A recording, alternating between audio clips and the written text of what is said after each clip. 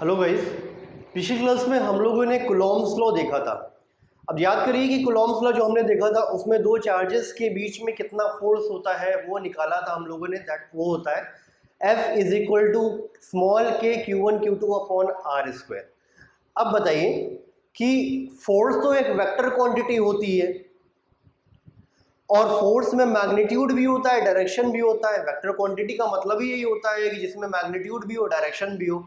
तो अभी तक कूलॉम्स लॉ में हमने फोर्स का मैग्नीट्यूड निकालना सीखा है, फोर्स की डायरेक्शन कौन सी होगी ये नहीं पता हमें।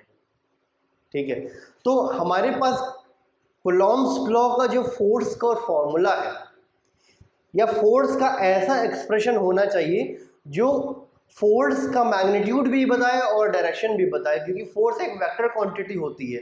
ठीक है, एक चार्ज दूसरे चार्ज पे कितना फोर्स लगा रहा है और किस डायरेक्शन में लगा रहा है, हमारे पास दोनों इंफॉर्मेशन होनी चाहिए। तो हमारे पास एक ऐसा फॉर्मूला या ऐसा एक्सप्रेशन होना चाहिए जो हमें फोर्स का मैग्नीट्यूड भी बताए और फोर्स की डायरेक्शन भी बताए। तो ऐसा एक्सप्रेशन निकालने के लिए हमें Coulomb's law in vector form पढ़ना होगा। तो आज हम यही पढ़ेंगे, Coulomb's law in vector form.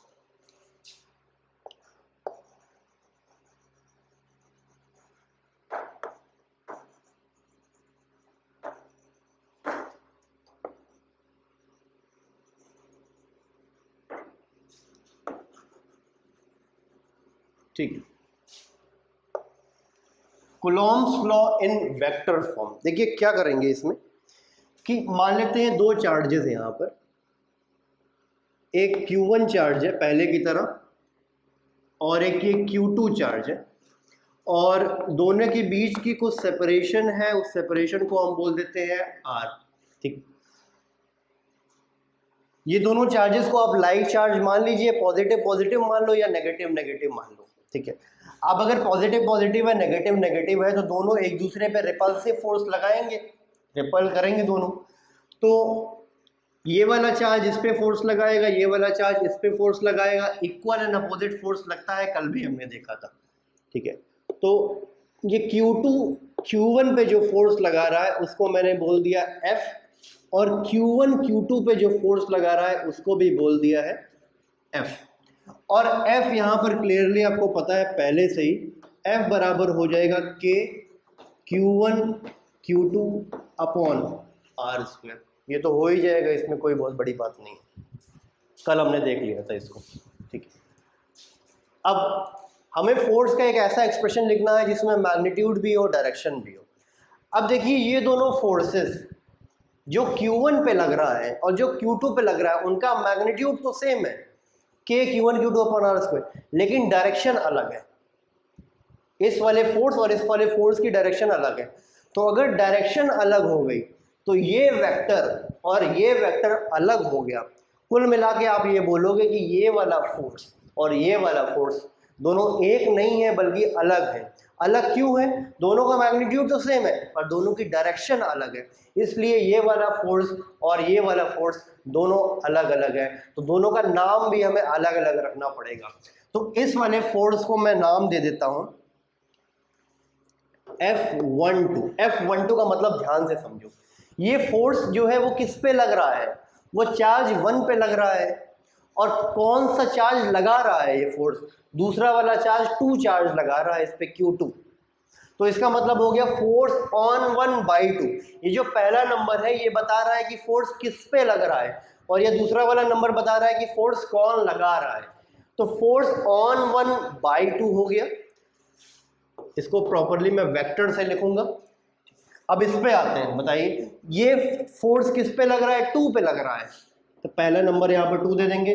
कौन लगा रहा है? 1 लगा रहा है या Q1 लगा रहा है, तो इसको ऐसे नाम दे देंगे हम, इस तरह से। दोनों फोर्सेस का मैग्नीट्यूड सेम है, बात क्लियर है, पर डायरेक्शन अलग अलग है, इसलिए ये दोनों फोर्सेस अलग अलग है। एक F12 हो गया और F21 हो गया। अब दोनों फोर्सेस का एक्सप्रेशन या फॉर्मूला बहुत कायदे से लिखना है हमें। ठीक है, पहले हम लिखेंगे F12। बताओ F12 का मैग्नीट्यूड तो वही हो जाएगा, मैग्नीट्यूड तो दोनों फोर्सेस का हमने लिख ही लिया है। तो F12 का मैग्नीट्यूड अगर लिखे तो ये हो जाएगा K Q1 Q2 upon r square. ठीक है, एक बात तो क्लियर है ना कि ये जो फोर्स है इसमें मैग्नीट्यूड भी है और डायरेक्शन भी है। मैग्नीट्यूड हमने लिख लिया, अब डायरेक्शन इसमें जोड़नी है। तो डायरेक्शन जोड़ने के लिए हम यूनिट वेक्टर का इस्तेमाल करेंगे। यूनिट वेक्टर क्या होता है? यूनिट वेक्टर एक ऐसा वेक्टर होता है जिसका मैग्नीट्यूड 1 होता है और कोई स्पेसिफिक डायरेक्शन होती है। तो यूनिट वेक्टर जो मैं लिखूंगा वो उसको मैं वेक्टर आर इस तरह से लिखूंगा। ये एक यूनिट वेक्टर हो गया, इसका मैग्नीट्यूड 1 है। तो फॉर्मूला पे कोई इफेक्ट नहीं पड़ा, खाली डायरेक्शन आई है। अच्छा, इसकी डायरेक्शन क्या होगी? अब इसकी डायरेक्शन लिखने के लिए, समझने के लिए हमें इस फोर्स पे जाना पड़ेगा। अब बताओ इस फोर्स की डायरेक्शन कौन सी वाली है? इधर है, ये है। तो इस डायरेक्शन को हमें यूनिट वेक्टर से रिप्रेजेंट करना है। तो ये जो डायरेक्शन है वो किसकी डायरेक्शन है? वो 1 की डायरेक्शन है 2 से। ये डायरेक्शन 1 की डायरेक्शन है 2 से, इसलिए इसको हम R12 कैप लिखेंगे। R12 कैप का मतलब क्या हो गया? 1 की डायरेक्शन 2 से, क्योंकि ये फोर्स कौन सा है? 1 पे फोर्स 2 की वजह से, जिसकी डायरेक्शन कौन सी है? जिसकी डायरेक्शन ये वाली है। और ये डायरेक्शन कौन सी है? ये 1 की डायरेक्शन है। कहां से? 2 से। तो R12 का मतलब हो गया कि 1 की डायरेक्शन 2 से। तो R कैप 12 बेसिकली ये हो गया, ये R कैप 12, इसका मैग्नीट्यूड 1 है और डायरेक्शन ये वाली है। क्लियर है? अब इस फॉर्मूले में आप देखो मैग्नीट्यूड भी है और डायरेक्शन भी है। अब इसी तरह से R21 भी लिख दो, सॉरी F21 लिख दो। F21 क्या है? ये वाला फोर्स, 2 पे फोर्स 1 की वजह से। इसका मैग्नीट्यूड तो बताओ यार, हमने सीखा ही है कि Q1 Q2 अपॉन R²। अभी मैग्नीट्यूड तो क्लियर है, फोर्स का वही होगा। डायरेक्शन, इस फोर्स की डायरेक्शन कौन सी है? ये वाली डायरेक्शन है, देख रहे हो आप, ये डायरेक्शन है, ये डायरेक्शन। अब ये डायरेक्शन कौन सी है? ये डायरेक्शन 2 की है 1 से। 2 की डायरेक्शन है 1 से, 2 की डायरेक्शन 1 से। तो इसको भी हम यूनिट वेक्टर से लिखेंगे, R कैप 21, और जो हो जाएगा ये R कैप 21 ये हो जाएगा। आप ध्यान से समझ पा रहे हैं इसको? ये डायरेक्शन की मैं बात कर रहा हूँ। ये डायरेक्शन किसकी डायरेक्शन है? ये 2 की डायरेक्शन है। कहाँ से? 1 से। तो इसको हम यूनिट वेक्टर R21 से लिखेंगे। इसका मतलब है ये यूनिट वेक्टर है जिसका मैग्नीट्यूड 1 है, इसमें एक डायरेक्शन है। वो डायरेक्शन कौन सी है? 2 की डायरेक्शन है 1 से, 2 की डायरेक्शन 1 से, यही मतलब है इसका। ठीक, अब देखिए दोनों फोर्सेस क्योंकि अलग थे तो दोनों का फॉर्मूला भी अलग आया। ठीक है, दोनों में मैग्नीट्यूड भी है और अपनी अपनी डायरेक्शन भी है। तो ये हो गया Coulomb's law in vector form. Coulomb's law vector form आपको फोर्स का फॉर्मूला बताता है, फोर्स का एक्सप्रेशन बताता है जिसमें मैग्नीट्यूड भी होता है, डायरेक्शन भी होता है। और अब हम इसको थोड़ा सा दूसरे फॉर्म में लिखने जा रहे हैं, यानी इसी को थोड़ा सा कन्वर्ट करने जा रहे हैं। कैसे? देखिए, कोई भी चीज आप देखिए, एक यूनिट वेक्टर जो होता है वो actual vector divided by its magnitude होता है। ये आप क्लास 11 में वेक्टर्स में पढ़ चुके होंगे, जो यूनिट वेक्टर होता है। अच्छा ये बताओ, ये वेक्टर आर है, वेक्टर आर में मैग्नीट्यूड भी है और डायरेक्शन भी है।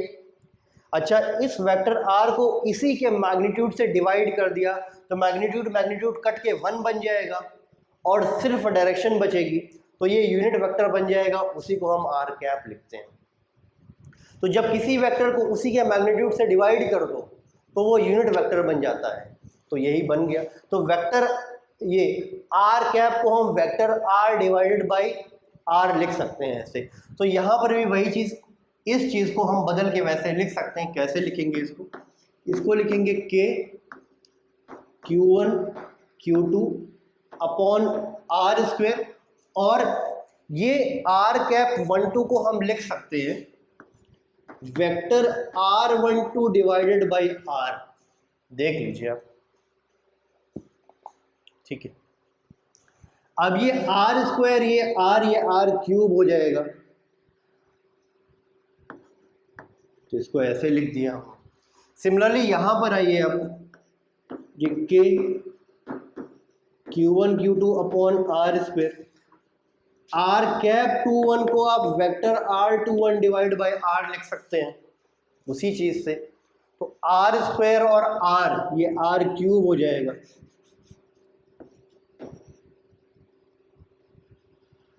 तो ये सारे एक्सप्रेशन आपको आने चाहिए। बोर्ड्स में generally Coulomb's law in vector form लिखने के लिए आता है, तो जब भी आए ये पूरी चीज एज इट इज बनानी है, ये सारी चीज एज इट इज आपको लिखनी है। अच्छा एक चीज मैं आपको और बता दूं, यहाँ पर ये वेक्टर R12 क्या है, ये तो वेक्टर है, ठीक है, इसमें मैग्नीट्यूड भी है और डायरेक्शन भी है। तो वेक्टर R12 का मैग्नीट्यूड जो है वो R के बराबर है इतना, तो वेक्टर R12 देखिए ये होगा, ये वेक्टर R12 है, इसका मैग्नीट्यूड R के बराबर और डायरेक्शन ये वाली, और वेक्टर R21 ये होगा, इसका मैग्नीट्यूड R के बराबर और डायरेक्शन ये वाली। क्लियर? शायद इतनी बात आपको समझ में आ रही है।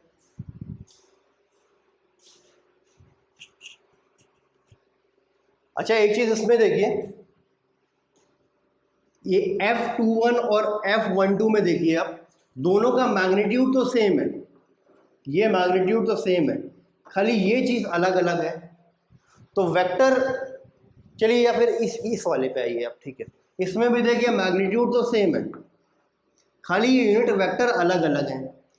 अच्छा ये यूनिट वेक्टर है, दोनों का मैग्नीट्यूड 1 है, लेकिन इसकी और इसकी डायरेक्शन अलग अलग है, डायरेक्शन अलग अलग है। इसका मतलब ये है, ये दोनों फोर्सेस, दोनों का मैग्नीट्यूड सेम है, बस डायरेक्शन अलग अलग है। इसका मतलब है दोनों फोर्सेस को अगर हम रिलेट करके लिखें तो हम ऐसे लिख सकते हैं, क्योंकि दोनों की डायरेक्शन अलग है, मैग्नीट्यूड सेम है, तो दोनों फोर्सेस बराबर हैं बट डायरेक्शन अलग है, इसलिए एक जो होगा वो दूसरा का नेगेटिव होगा, इसलिए हम ऐसे लिख सकते हैं। तो यहां से कंक्लूड आप ये कर सकते हैं कि both the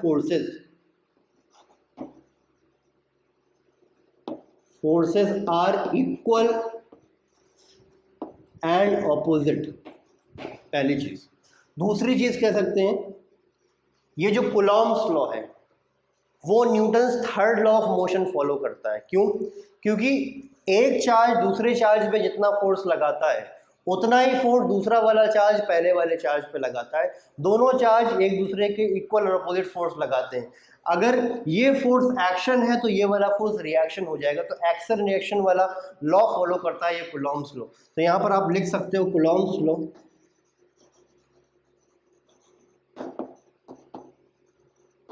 follows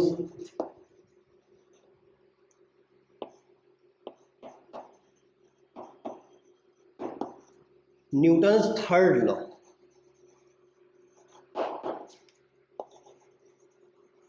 of motion। Clear है बात?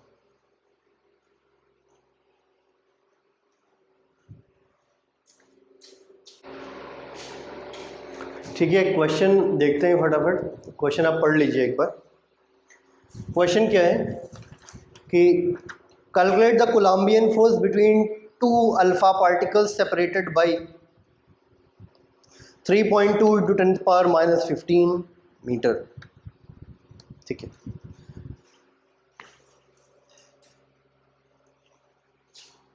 इसमें क्या बोला गया है कि दो अल्फा पार्टिकल है, एक अल्फा पार्टिकल ये और दूसरा अल्फा पार्टिकल ये, और दोनों के बीच की जो सेपरेशन है वो दी हुई है 3.2 × 10⁻⁻15,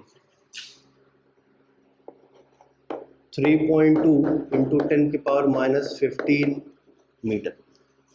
दोनों के बीच में कोलम्बिक फोर्स निकालना है। कोलम्बिक फोर्स का मतलब वही F। ठीक, तो अल्फा पार्टिकल है दोनों। अब अल्फा पार्टिकल पे चार्ज कितना होता है बताइए? अल्फा पार्टिकल होता क्या है? अल्फा पार्टिकल एक्चुअली में दो प्रोटॉन का पैकेट होता है, दो प्रोटॉन के पैकेट का अल्फा पार्टिकल बोलते हैं। अब एक प्रोटॉन पे चार्ज वही होता है जो एक इलेक्ट्रॉन पे चार्ज होता है, बट पॉजिटिव होता है। तो दो प्रोटॉन है तो इसके पास two times of electronic charge होगा। ठीक है, एक प्रोटॉन के पास चार्ज प्लस ई होता है, ई होता है, ठीक है, पॉजिटिव, तो दो प्रोटॉन के चार्ज का 2e चार्ज होगा, तो ये अल्फा पार्टिकल इसके पास 2e चार्ज, इसके पास भी 2e चार्ज। ठीक, अब फोर्स निकालना है तो आराम से फोर्स आप निकाल सकते हो। फोर्स बराबर होता है के Q1 Q2 upon r square. बताओ के क्या होता है? कूलॉम्स कांस्टेंट वैक्यूम में जिसकी वैल्यू होती है 9 × 10⁹। Q1 बराबर 2e है और Q2 बराबर भी 2e है, तो ये मैं 2e स्क्वायर लिख दूंगा, या फिर आप सीधे लिखना चाहो तो फटाफट ऐसे ही लिख सकते हो, 2e × 2e divided by r square. अब फाइनली अगर वैल्यू आप रख दो सबकी, 9 × 10⁹, ये 4e स्क्वायर हो जाएगा, और e होता है 1.6 × 10⁻19 का whole square divided by r square. R है 3.2 × 10⁻15, इसका स्क्वायर कर देंगे। इसको थोड़ा सा कैलकुलेट करेंगे, मैथमेटिक्स अप्लाई करेंगे इसमें थोड़ा सा, तो ये आ जाएगा। फाइनली सॉल्व करने के बाद आसान सा आंसर आएगा 90 न्यूटन। ठीक है,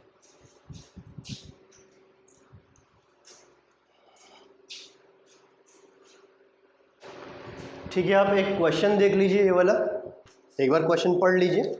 to conducting spheres A and B of same size are situated at some distance apart. Each has a charge plus q coulomb and they repel each other with a force of 10⁻⁵ Newton. A third conducting uncharged sphere C of same size is first touched with A and then with B and then placed exactly between A and B. Calculate the resultant force on C. सवाल आप अच्छे से पढ़िए इसको। पहले मैं सवाल का पहले मतलब आपको बताता हूँ कि सवाल है क्या। देखिए, इसमें दिया हुआ है कि दो स्फीयर्स हैं, पहले A और B, ठीक है, और दोनों के बीच में कुछ सेपरेशन है, ये नहीं पता हमें कुछ भी, हम मान लेते हैं R, कुछ दूरी पे रखे हुए। दोनों स्फीयर्स एक जैसे हैं और दोनों चार्ज्ड हैं, और चार्ज हम मान लेते हैं कि इस पे Q है, इस पे भी Q है, दोनों पे सेम चार्ज है। क्वेश्चन में बोला गया है कि दोनों स्फीयर्स पे चार्ज सेम है। अगर चार्ज सेम है तो दोनों रिपल करेंगे। क्वेश्चन में बोला भी गया है कि दोनों रिपल कर रहे हैं, और कितने फोर्स से रिपल कर रहे हैं? 10⁻⁵ न्यूटन फोर्स से रिपल कर रहे हैं। अब बोला गया कि एक तीसरा स्फीयर C है जिसकी साइज A और B के बराबर है और इस पे कोई चार्ज नहीं है, ये अनचार्ज है। अब स्फीयर C को पहले A से टच कराया गया, फिर B से टच कराया गया, फिर बीच में रख दिया गया, और फिर पूछा जा रहा है कि C पे कितना फोर्स लगेगा। क्या किया गया? पहले A से टच कराया गया, फिर B से टच कराया गया, और टच कराने के बाद बीच में रख दिया गया, एकदम बीच में ऐसे, और C पे कितना फोर्स लग रहा है ये पूछा जा रहा है। एक बात आपको समझ में आनी चाहिए, जब C को A से टच कराया जाएगा तो C पर भी कुछ चार्ज आ जाएगा, फिर C को B से टच कराया जाएगा, फिर चार्ज की कुछ शेयरिंग होगी, तो फाइनली A पे, B पे, C पे, तीनों पे कुछ चार्ज होगा। जितना चार्ज A, B, C पर होगा उसी के हिसाब से C पे फोर्स लगेगा। तो C पे अगर फोर्स निकालना है तो आपको A, B, C पे फाइनल कितना चार्ज है वो निकालना पड़ेगा। ठीक, तो आइए हम फाइनली A, B, C पे कितना चार्ज आएगा वो निकालते हैं, तब उसके बाद A, B, C पे या C पे हम फोर्स निकाल पाएंगे। देखो, पहले क्या किया गया कि सबसे पहले A को C से या C को A से टच कराया गया, तो A के पास था Q चार्ज और C के पास 0 चार्ज है, क्योंकि A और C दोनों का साइज सेम है, दोनों की कैपेसिटी सेम है, दोनों के पास सेम चार्ज रखने की टेंडेंसी है, तो दोनों चार्ज बराबर बराबर शेयर कर लेंगे, तो टोटल चार्ज दो पार्ट में बट जाएगा। इसके पास Q, इसके पास 0, तो टोटल चार्ज Q हो गया, तो आधा आधा कर दीजिए तो Q/2 Q/2 हो जाएगा।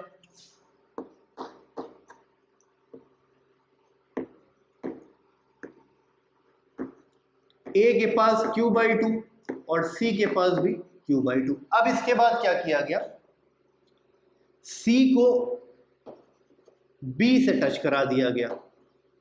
अब सी के पास तो Q/2 चार्ज आ ही गया है और बी के पास पहले से चार्ज था Q।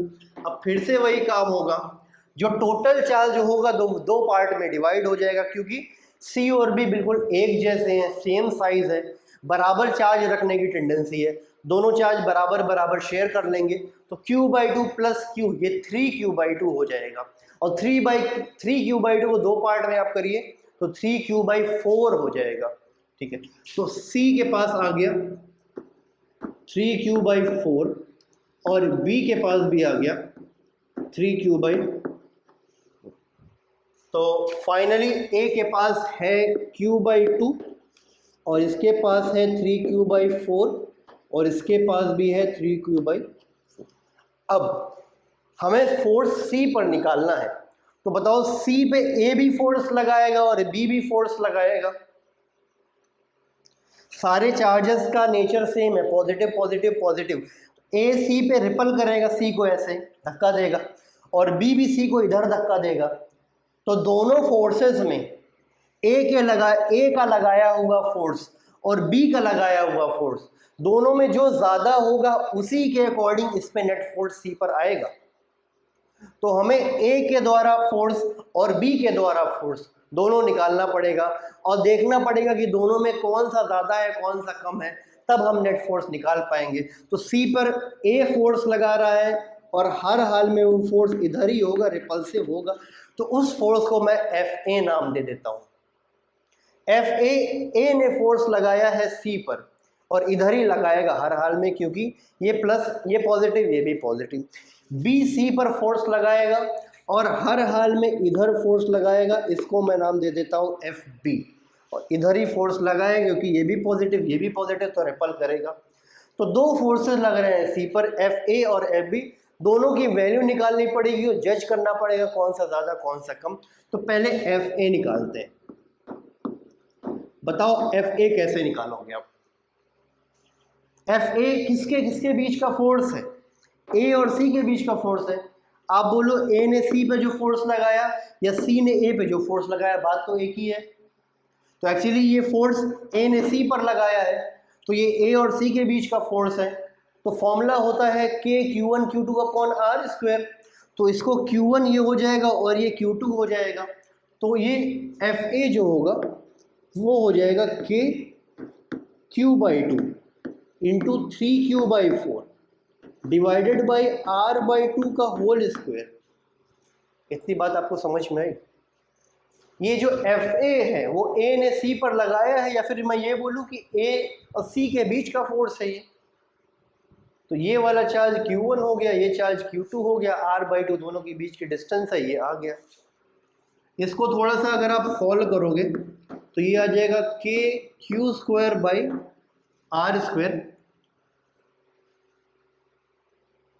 और ये सॉल्व करने पे आ जाएगा 3/2 शायद, कर लो यही आएगा।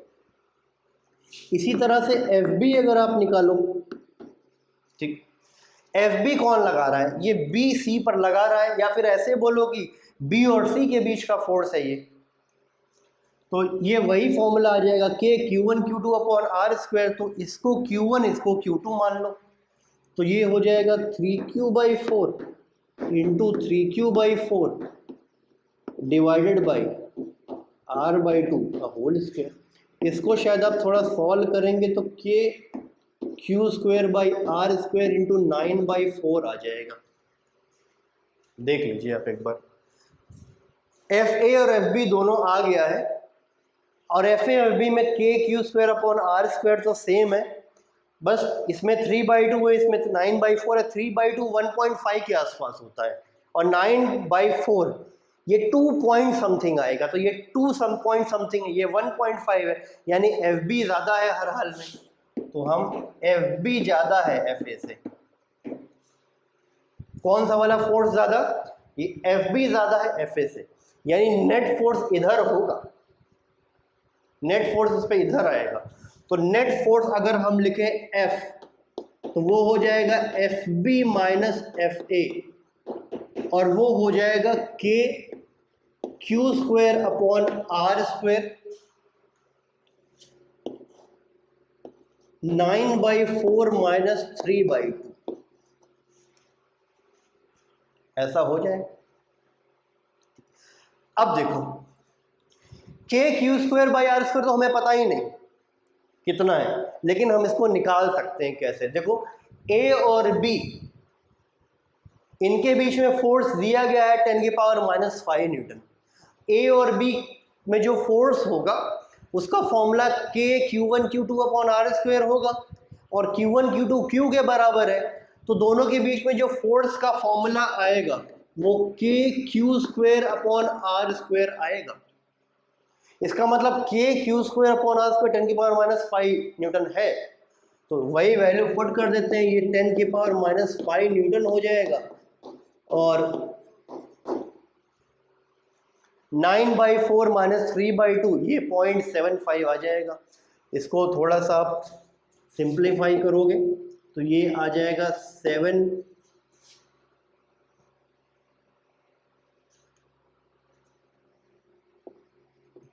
इसको एज इट इज चाहे आप लिख दीजिए 0.75 इंटू 10⁻⁻5 न्यूटन, और ये हो जाएगा टूवर्ड्स ए। ठीक, देख लीजिए एफ बी ज़्यादा है तो जाहिर सी बात है ए की तरफ फोर्स होगा, तो टूवर्ड्स ए मैंने ये फोर्स लिख दिया है एफ। ये सवाल आप प्रॉपरली बहुत अच्छे से देखिए, प्रॉपरली इसको नोट कर लीजिए। इसमें कई सारे कॉन्सेप्ट्स थे, शेयरिंग ऑफ द चार्ज का कॉन्सेप्ट था, नेट फोर्स कैसे निकालना है वो है।